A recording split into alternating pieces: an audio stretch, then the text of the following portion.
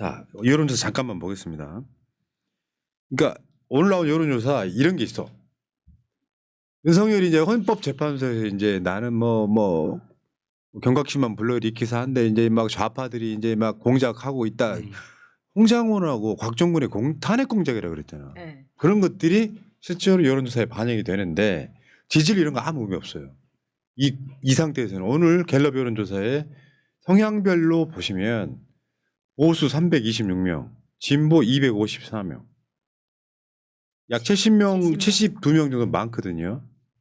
그러면 저게 7%예요. 지지율 숫자로만 보면.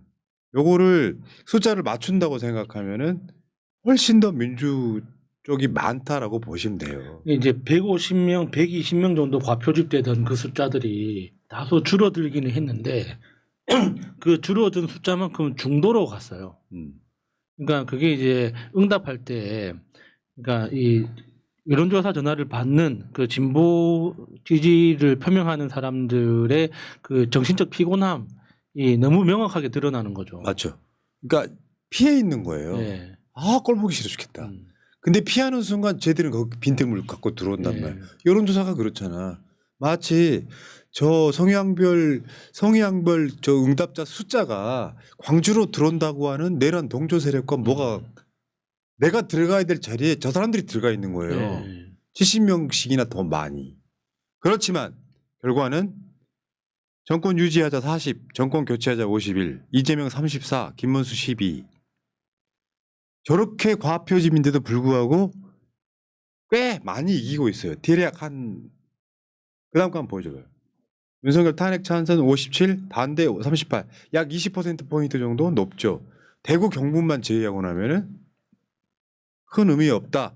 그러니까 이걸 감안해서 보시는 게 중요한데 언론사들 중에 여론조사를 볼 줄 모르는 사람들도 있을 거고 기자들 중에 볼 줄 알아도 모른 척하면서 막 거의 다 따라잡은 것처럼 선동을 하고 거기에 다 따라잡았다라고 하는 사람들 있죠. 그게 추세를 만드는 거예요. 그래서 웬만하면 우리가 지고 있는 거 말 안 하려고 하는 거예요. 그러니까 지금 요즘 여론조사 내용을 보면서 뭐 좀 실망하거나 좀 불안해하시는 분들도 있는데 지금 최근에 나오는 여론조사는 눈에 보이는 숫자보다 응답하지 않는 사람들의 숫자가 훨씬 더 많다는 게 핵심이에요. 그러니까 응답하지 않는 사람들은 절대로 의견을 바꾸는 사람들이 아니거든요. 그러니까 지금 그 여론조사를 하는 회사들이 여론조사 자체를 굉장히 사람 스트레스 받게 만들게 설계를 한단 말이에요. 기본적으로 나 바쁜데 여론조사 받았어. 근데 한 질문 3개 정도면은 받을 만한데 6개, 7개, 10개, 12개 이런 식으로 질문을 해버리면 대부분의 열심히 일하고 있는 진보 진영 사람들은 전화를 못 받는단 말이에요. 중간에 끊으라는 거냐? 예. 낮에만 전화해버리거나 뭐 이런 방식으로 온갖 술수를 쓰잖아요. 야수는 사기 전과가 있습니다. 알고 계십니까? 그런 방식으로. 아니, 농담이에요, 여러분. 진짜 그렇다는 게 아니에요. 자, 어디까지 보여드렸죠? 그게 이제 이게 오늘 한국 갤럽의 핵심이고요. 그래프 같은 건 의미가 없다. 저런 식으로 숫자가 저렇게 막 70명 이상 많으면 의미가 없어요. 자, 근데 어제 나왔던 NBS 전국 지표조사도 맥락은 비슷합니다. 진보 285명, 보수 368명. 숫자가 이 정도 차이가 난다는 거예요. 보수가 80명 정도. 과표집이 좀 심해. 간단히 말해서 50대 50 돼야 돼. 중도나 무응답 빼고 나도 예를 들면 진보가 300, 보수가 300 정도면 볼만한 여론조사일 텐데 다시 말씀드리지만 저 보수분들 상당수는 이번 대선에 안 나온다. 이렇게 보시면 될 것 같고. 그래서 보수 과표집인데도 어저께 나왔던 MBS 여론조사는 지금 윤석열 관련해서 탄핵 파면해야 된다 58, 복귀해야 된다 38. 그다음에 탄핵 심판 대응 윤석열이 하고 있는 거 부정적으로 본다 59, 긍정적으로 본다 36 이런 식인 거예요. 과표집이 심한데도 불구하고 압도적으로 이기고 있죠. 안심하셔도 될 것 같고요. 그다음에 차기 대통령 적합도도 있습니다. 어제 나왔던 보수 과표집, 개과표집 그랬더니 오늘 어떤 언론이 이재명 30% 박스권 이렇게 쓰고 자빠졌더라고. 검색해 보세요. 근데 보수 과표집이어도 저렇게 1위를 멀쩡하게 달리고 있는 게 보이는 거예요. 다른 걸 떠나서 대선 투표율 저번에 77%였습니다. 23%는 투표장에 안 나옵니다. 빼고 나면 지금 이재명 지지율은 대략 60% 근접하는 득표율 예상이 되는 거예요. 신경 끄셔도 됩니다.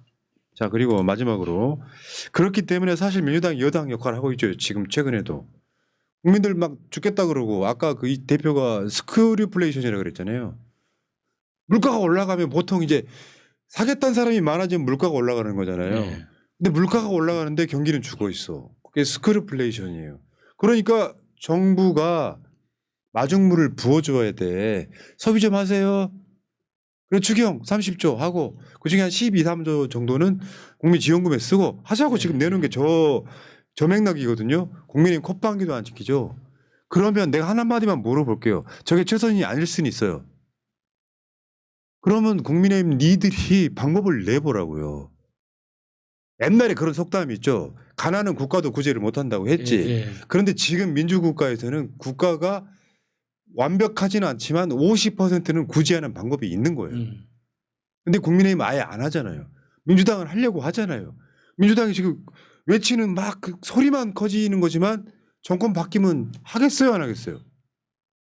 자영업자분들 정권 바뀌면 대통령이 바뀌면 한 달 안에 지원금 나갑니다.